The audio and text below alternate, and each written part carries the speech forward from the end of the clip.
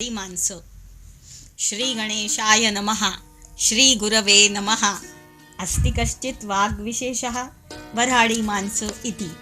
सह अयते इति साहित्यं. काव्येषु नाटकं श्रेष्ठं. नाट्यं भिन्नरुचेर्जनस्य बहुधा अपि एकं समाराधनं.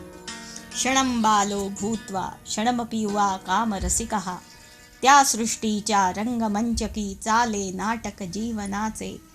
पात्रे बदलती त्यातील संतत अखंडते परिचालायाचे. संतत नाट्य. नाट्य हे जिवंत साहित्य. त्यातही वऱ्हाडी माणसं विशेषतः. कारण मर्मबंधातली ठेव ही की पुरुषोत्तमाची अक्षर प्रायोगिकता. वऱ्हाडी माणसं हे नाव सार्थ. एकाकी न रमते अशी वऱ्हाडी माणसं. वऱ्हाडी माणसंचा परिवेश ललित भावरूप चरित्ररूप नाट्याचा. सारीच पात्र महत्त्वाची, पण नायक म्हणावा तर वऱ्हाडी खास नागपुरी वाड्याचं प्रतिनिधित्व करणारा खमारीकर श्रीमंत देशमुखांचा वाडा. आणि नायिका म्हणावी तर वऱ्हाडी संस्कृती वैदर्भी माती. वऱ्हाडी माणसं काया वाचा मनोभावे वऱ्हाडी संस्कृतीत नांदणारी, तिला जपणारी, ऐसपैस वाड्याला शोभणारी, ऐसपैस विशाल हृदयाची. नलूचं वेड सुधारावं याची वाट पाहणारी. द्रौपदी फजित्या परत येतील अशी आशा करीत राहणारी. पार्वती कधी काळी मौन सोडेल असं वाटणारी.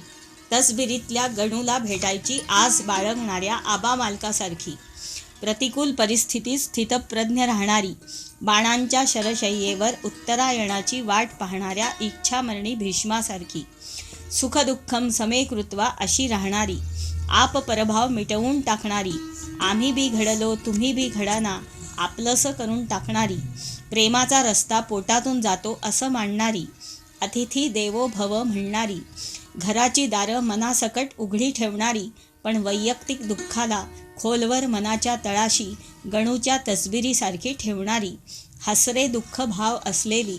वसुधा एव कुटुंबकम हृदयाची. ना नात्यातल्या मानलेल्या बहिणीच्या ताणलेल्या पोराला गोपाळला संगीत कलेसह आश्रय देणारी. ममतेनं शोभाला सांभाळणारी वऱ्हाडी माणसं. स्वार्थापेक्षा परमार्थात रमणारी. आपला तो कारट्या म्हणणारी. ना काळत्या ना करत्या चुकांचं खापर दुसऱ्याच्या माथी न फोडणारी.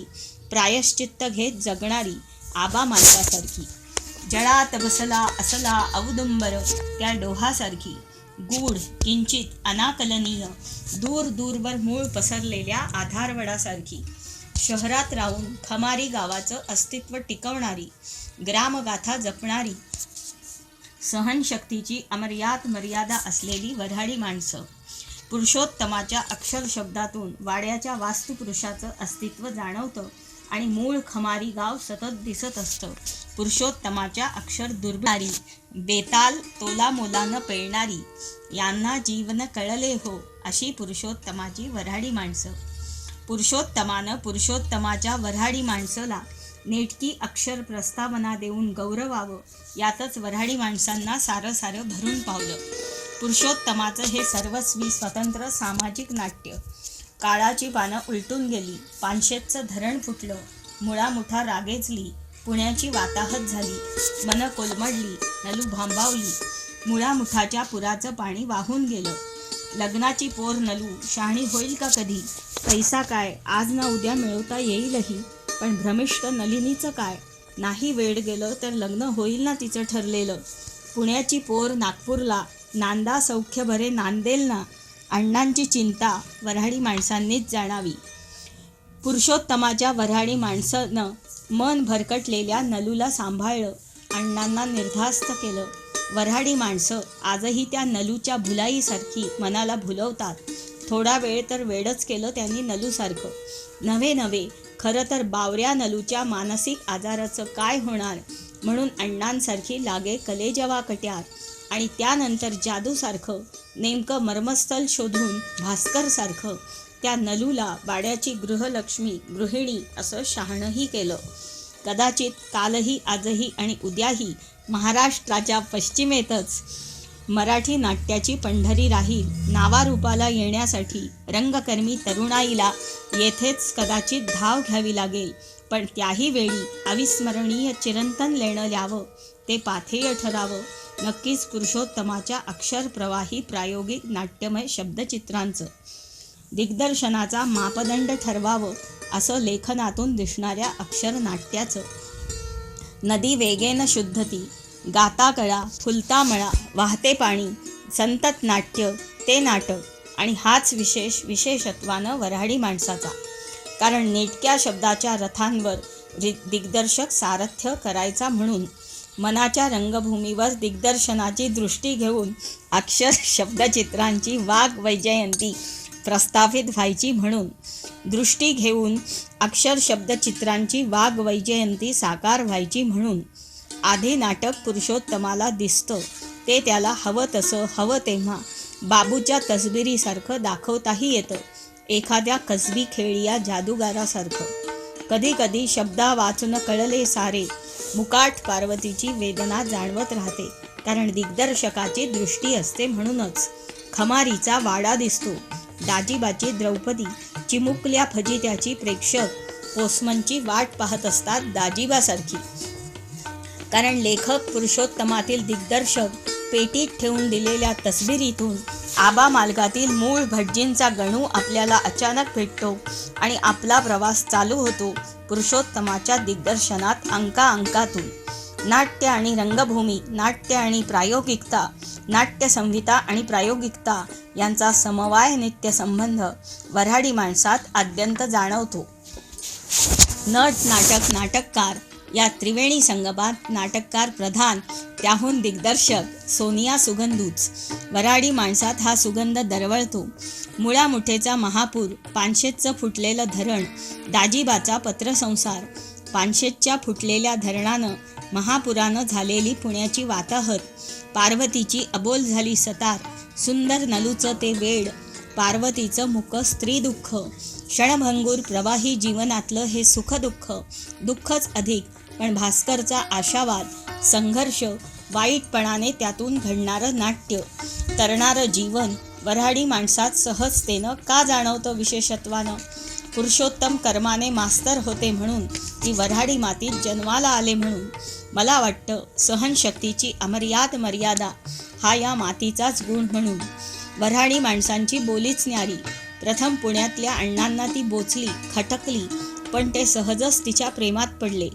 कडाक्याच्या थंडीत ऊब देणारी, पुरामुळं मन भरकटलेल्या अतिसंवेदनशील नलूला मुलीसारखी मायेनं सांभाळणारी, वऱ्हाडी मातीत अलगद रुजवणारी, विश्वासानं संस्कार करून शहाणी करणारी वऱ्हाडी माणसं. वऱ्हाडी माणसात प्रत्येक पात्र हे स्वतंत्र नाही वाटत, तर विठू माझा लेकुर बाळा, वाडा संस्कृतीचा तो अंगा खांद्यांवर खेळणारा संगे गोपाळांचा मेळाच वाटतो. प्रत्येक पात्र मिसळून जातं आणि दिसू लागते ती कायापालट झालेली पुण्याची नलू. वऱ्हाडी घरंदाज लेकुरबाळी, करती सवरती संस्कारी गृहिणी, नागपुरी नऊवार नेसलेली, वाडा संस्कृतीत भारदस्तपणे दिमाखात नांदणारी, खमारीकर श्रीमंत देशमुखांची कुलवधू नलिनी, गृहलक्ष्मी, 2 अंकात न बोलणारी पण खूपसं बोलून जाणारी पार्वती, कालातीत स्त्री दुःखानं नलूसाठी, वाड्यासाठी मौन सोडून बोलणारी पार्वती. घराण्याला वारस हवा एवढाच का लग्नाचा अर्थ वाटतो वऱ्हाडी माणसांना? घराण्याचं नाव राखायचं म्हणून नसलेल्या चुकांची शिक्षा भोगायला भास्करनं जेलमध्ये जायचं. भटजींचा गणू तसबिरीतून भेटतो आणि मनात घर करून राहतो. तोच गणू आबा मालक झाले तरी त्यांच्या मनात असतो गणू. इदम न मम वृत्तीनं गृहस्थाश्रमात पत्नी म्हणून पार्वतीशी वागणारा निरीच्छ योगी आबा मालक. न केलेल्या चुकांचं शल्य प्रत्येकाच्या हृदयात बंदी होऊन राहिलेलं. भास्कर त्याला अपवाद. घरात हे असं पारतंत्र्य, त्यापेक्षा जेलची हवा बरी म्हणून निमूट चुका नसताना शिक्षा भोगणारा भास्कर. मनाच्या तळाशी बंदिस्त करून ठेवलेल्या शल्याला बाहेर काढण्यासाठी भास्करची धडपड, स्वतःकडे वाईटपणा हेच सतत. आणि नाट्य असं सहज घडत जातं डोळ्यासमोर. पुरुषोत्तमाच्या सर्वच नाट्यात, विशेषतः वऱ्हाडी माणसात हे नाट्य अखंड आद्यंत दिसतं. किंबहुना हेच तर त्यांच्या लालित्यपूर्ण लेखनाचं विशेष असतं. बंगाली अक्षर शब्दांच्या नेटक्या अक्षर आल्पना नाट्य न हरवता दिसतात आणि वऱ्हाडी शब्दांचा तालेवार ऐडबाज शृंगार करून डोळ्यात भरून मनाच्या अंगणात उतरतात। संहितेची प्रायोगिकता हे तर पुरुषोत्तमाचं बलस्थान। पानशेतचं फुटलेलं धरण, मुळामुठेच्या महापुरात वाहत आलेला तो चिमणा बालमुकुंद, ती बाहुली नलूची आपल्याला दिसू लागते।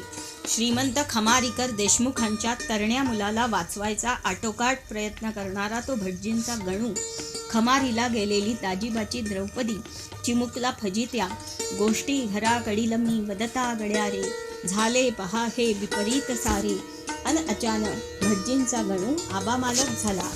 अनेक कारणांनी सगळ्याच नाट्यांच्या योगात रंगमंचीय प्रयोगांची 100 असतेच असं नाही, पण तरीसुद्धा एक विशेष, केवळ वाचाल तर वाचाल, वाचनातून जाणत्या नेणत्या बाळबोत रसिकाला नाट्य पाहिल्याचा आस्वाद देण्याचं सामर्थ्य निश्चितपणे वऱ्हाडी माणसात नक्कीच आहे। सुख वाहता जवा पाडे, दुःख पर्वता एवढे, मरणं प्रकृती शरीरिणाम हे त्रिवार सत्य, पण मरावे परी कीर्ती रूपे उरावे, हे जीवन निष्काम वृत्तीनं जगावं, सुखांत नाटक असावे। म्हणूनच नाट्य हे जीवनाचा आरसा नसून ती जीवनातल्या अनेक दृष्टींनी आलेल्या नाट्यांची भास्करसारख्या नावं ठेवतील याची तमा न बाळगता केलेल्या संघर्षाची प्रकर्षानं दाखवलेली कहाणी असावी। साहित्य नाट्यकृती ही दिशादर्शक असावी। माझं दुःख ते नटाचं दुःख, किंबहुना नटाचं दुःख माझ्याहून कैक पटीनी मोठं, असं करता करता अहम ब्रह्मास्मी किंवा रसो वैसहा असा तो नाट्यप्रवास वळणावळणांनी, पहिला अंक, दुसरा अंक, एक टप्पा, टप्प्याटप्प्यांनी असा तो खेळ असावा। आंगिक वाचिक आहार्य अंगांनी मूलभूत सात्विक अभिनयात परिणत होत आपल्यातल्या मानसरोवरातील शिवदर्शन दृष्टी उघडून पाहे, तुझा तूच तेथे आहे, तसे दर्शन क्षणात व्हावे। पुरुषोत्तमाच्या वऱ्हाडी माणसात ही सात्विक अभिनय साधना सहजच दिसते। अघळ पघळ शिष्टाचार नसलेल्या रांगड्या वऱ्हाडी बोलीतून, अक्षर शब्द चित्रातून, दर्शनी सामान्य वाटणाऱ्या वेशबावळा परी अंगी नाना कळा वऱ्हाडी माणसांचं असं असामान्यत्व दाजीबा ते आबा मालक, भास्कर ते पार्वती जाणवतं। तुम्हाला पुणेकर, मुंबईकर की नागपूरकर व्हायचं आहे, विनोदाच्या अंगानं विचारलेल्या पुरुषोत्तमाच्या या मार्मिक परीक्षणाला पुरुषोत्तमाच्या वऱ्हाडी माणसांनीच उत्तर द्यावं। मस्तकी 6 वेळ टाकियासी जाणं, देवत्व न मिरवता टाकीचे घाव सोसणे वऱ्हाडी माणसंच जाणे। विषयाच्या अंगानं स्वानुभूतीचं विषयांतर, प्रवेशात प्रवेश, तसं स्वगत असं सासर माहेर वऱ्हाडी माणसं। आजोळ पुण्याचं, मूळ कोकणाचं, कोकणची माणसं साधी भोळी, वऱ्हाडी माणसं उसाची मोळी। वाह उस डोंगा परी रसनो हे डोंगा, कारे फुललासी वरली या रंगा, गरे घ्या गरे कोकणचे गरे, वऱ्हाडी माणसं फणसाचा कापा फणस बरे। वऱ्हाडी माणसं वाडा सोडून जाऊ नयेत असं आपल्याला सतत वाटत राहतं। ती रसिकांच्या हृदयात वाडा सोडून जाणार तरी आबा मालकासारखी अढळ ध्रुवपद मिळवतात खरी। एक टाकी वाचनाची अनुभूती देणारं, पुन्हा पुन्हा आजही वाचायला लावणारं, वाचता वाचता मनाच्या रंगभूमीवर सहजच साकारणारं मार्मिक नाट्य असताना वऱ्हाडी माणसाचं सार सांगायचं झालंच तर असं सांगता येईल, वऱ्हाडी दिग्दर्शक नाटककाराचं वऱ्हाडी माणसं ही नित्य नूतन अजिंठा वेरूळच्या शिल्पाकृतींसारखी भूमिका शिल्पांची अक्षरचित्र अंगोपांगी ल्यायलेली वऱ्हाडी वाडा संस्कृतीची अस्सलची नक्कल असलेली वेधक